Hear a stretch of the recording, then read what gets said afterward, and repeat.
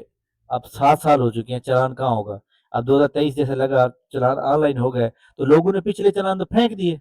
بھائی ان کی تو اب ضرورت ہی نہیں ہے، اور ڈپٹی اکاؤنٹنٹ کا پیپر دوبارہ ہوگا کبھی نہیں، کسی نے سوچا ہی نہیں تھا، اب یہ پیپر بھی دوبارہ ہو رہا ہے۔ اسی طرح اینٹی کرپشن میں کوئی سیٹیں لیک ہو گئی تھی پیپر، تو وہ بھی دوبارہ ہوگا، تو اس لیے میں سمجھتا ہوں کہ وہ کینڈیڈیٹ جو ڈیزرونگ ہے، جن کے پاس اوور ایج ہو چکے ہیں اب لیکن ان کے پاس چلان کا ایشو بن سکتا ہے، تو پی پی ایس سی کو اس طرح کی نرمی دکھانی چاہیے تاکہ ان کا مسئلہ حل ہونا چاہیے جناب، ٹھیک ہے؟ اچھا جی، تو یہ جناب بڑی امپورٹنٹ اپڈیٹ تھی۔ اس کے علاوہ اور امپورٹنٹ آپ کے ساتھ شیئر کروں کہ جو ڈپٹی اکاؤنٹنٹ کی ایڈ تھی یہ والی، اس میں دیکھیں یہ والا سلیبس ہے کہ انہوں نے کیا ہے جی comprising general knowledge, Pak study, current affair, Islamic study, اس کے علاوہ جو ہے جغرافی۔ اب دیکھیں لاسٹ ٹائم ہم نے اسسٹنٹ پنجاب پولیس اولڈ کی 2020 والا دیا، اس میں اس نے کیا کیا ہے بیسک میتھ اور انگلش اور کمپیوٹر 60 نمبر کا ڈال دیا، مے بی کہ اس کا پیپر بھی ایسے ہی ہو، یعنی نیا پیٹرن جس طرح چاہ رہا ہے ویسے نہ ہو، جو پچھلا پیٹرن تھا وہ صحیح ہو، لہٰذا آپ تمام اسٹوڈنٹ کو انگلش کے اوپر، میتھ کے اوپر، کمپیوٹر پہ فوکس کرنا چاہیے۔ جن لوگوں نے اس پوسٹ پہ اپلائی کیا ہوا تھا اس کے لیے ہم انشاءاللہ تعالی جو ہے ایک پلان بنا رہے ہیں، اس کا ایک ٹیسٹ سسٹم سٹارٹ کر رہے ہیں، جس میں انگلش، میتھ اور کمپیوٹر سب سے زیادہ فوکس کیا جائے گا، کیونکہ اس میں بہت سے نہیں بلکہ جو ہے اس میں تقریباً کو 30% لوگ اپیئر ہوں گے، باقی سارے کوئی بھی پیپر نہیں دے گا، کیونکہ بہت سے لوگوں کی اچھی جاب ہو چکی ہے یا کوئی کاروبار میں سیٹل ہو چکا ہے، بہت سے مطلب اس طرح کے ہوں گے، تو اس لیے لوگ جو ہے پیپر بہت کم دیں گے، اور آپ لوگ تھوڑا سیریس ہو جائیں تو اس کا میرٹ بھی بہت کم جائے گا، 50 کو کراس بھی نہیں کرے گا، تو لہٰذا آپ لوگ جو ہے اس میں کریں، اور انشاءاللہ ہم اس کے اوپر ایک پراپر ایک سیمینار ایک سیشن کا آغاز کریں گے بہت جلد، اسی ویک میں جو ہے پلان سیٹ ہو جائے گا تو آپ کے ساتھ شیئر کریں گے۔ اس کے علاوہ وہ تمام اسٹوڈنٹ جو پی پی ایس سی پاس پیپر کا سیشن جوائن کرنا چاہ رہے ہیں، ہمارا 1 اگست سے اسٹارٹ ہوئے، 15 ستمبر تک جائے گا، 1000 فیس ہے، پوری کتاب ختم کرائی جائے گی۔ جو لوگ اقرا امتیاز 1 لرنر کا سیشن جوائن کرنا چاہ رہے ہیں، اس میں ٹوٹل 60 ٹیسٹ ہوں گے اور تقریباً 75% کتاب ختم ہو جائے گی، تو یہ جناب ہمارے ڈسکرپشن کے اندر جو ہے ڈیٹیل دی ہوئی ہے، آپ اس کو جناب پڑھ کے جوائن کر سکتے ہیں۔ تھینک یو ویری مچ، بہت شکریہ، اللہ حافظ۔